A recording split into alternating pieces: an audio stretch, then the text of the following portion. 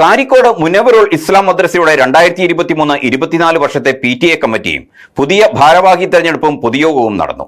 Karikode നൈനാർപ്പള്ളി chief ഇമാം അൽ ഹാഫിസ് നൌഫുൽ കൗസരി യോഗം ഉദ്ഘാടനം ചെയ്തു. കാരിക്കോട് മുനവറുൽ ഇസ്ലാം മദ്രസയുടെ 2023-24 വർഷത്തെ PTA കമ്മിറ്റിയും തെരഞ്ഞെടുപ്പും പൊതുയോഗവുമാണ് നടന്നത്. കാരിക്കോട് നൈനാർപ്പള്ളി മദ്രസ ഹാളിൽ നടത്തിയ യോഗം ചീഫ് ഇമാം അൽ ഹാഫിസ് നൌഫുൽ കൗസരി ഉദ്ഘാടനം ചെയ്തു.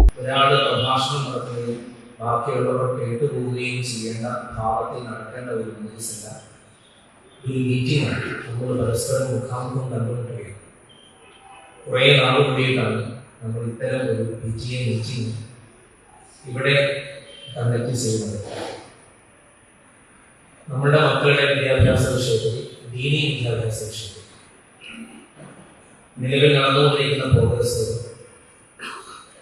അത് വിലയിരുത്തുവാനും തുടർന്ന് മുന്നോട്ട് എന്തെല്ലാം പ്രോഗ്രസ്സുകൾ നടത്താൻ കഴിയും എന്നാലോചിക്കുവാനും അത്തരം ആശയങ്ങൾ പങ്കുവയ്ക്കുവാനും ഇന്ന കാര്യങ്ങൾ കൂടി മക്കൾക്ക് ഈ പരിമിതമായ സമയത്ത് കൊടുക്കാൻ സാധിച്ചാൽ അത് വളരെ നന്നായിരിക്കും എന്ന ആശയങ്ങൾ പങ്കുവയ്ക്കാൻ വേണ്ടിയിട്ടുമാണ് യഥാർത്ഥത്തിൽ PTA പോകുന്നത്.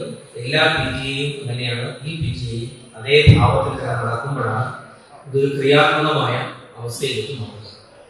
PTA പ്രസിഡന്റ് താജു MPയുടെ അധ്യക്ഷതയിൽ നടന്ന യോഗത്തിൽ നൈനാർപ്പള്ളി പ്രസിഡന്റ് PP അബ്ദുൽ അസീസ് ഹാജി മുഖ്യ പ്രഭാഷണം നടത്തി. യോഗത്തിൽ സുബൈർ ഉസ്താദിനെയും ആഷിഖ് ഉസ്താദിനെയും മദ്രസ അധ്യാപകരെയും PTA കമ്മിറ്റി ആദരിച്ചു. 2024-25 കമ്മിറ്റി തെരഞ്ഞെടുപ്പിൽ PTA president Taju MP, secretary Hidayathulla Ustad എന്നിവർ അടങ്ങുന്ന കമ്മിറ്റിയെ യോഗം ഐക്യകണ്ഠേന തെരഞ്ഞെടുത്തു. നൈനാർപ്പള്ളി പരിപാലന സമിതി അംഗം ഷംനാസ് VA പരിപാടികൾക്ക് നേതൃത്വം നൽകി. News bureau, Thodupuzha.